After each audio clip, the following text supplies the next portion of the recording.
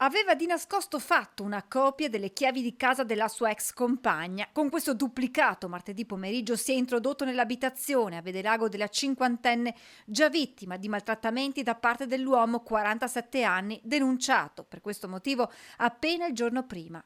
La donna in casa, in quel momento terrorizzata, ha chiamato un amico che a sua volta ha segnalato quanto stava accadendo ai carabinieri. Tempestivo l'intervento dei militari che si trovavano già nei pressi dell'abitazione, impegnati in un mirato servizio di vigilanza disposto a tutela della cinquantenne. L'uomo è stato bloccato prima che potesse avvicinarsi all'ex convivente ed è stato arrestato per violazione di domicilio e atti persecutori. I successivi accertamenti hanno portato alla luce come il 47enne, prima di questo episodio, avesse minacciato la vittima di diffondere sue foto intime. Per questo è stato anche denunciato per il reato di diffusione illecita di immagini o video sessualmente espliciti.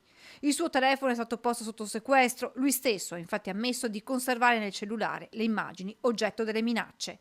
L'uomo è stato posto agli arresti domiciliari, nel corso dell'udienza la misura è stata convalidata, applicato anche il braccialetto elettronico con divieto di avvicinamento all'ex.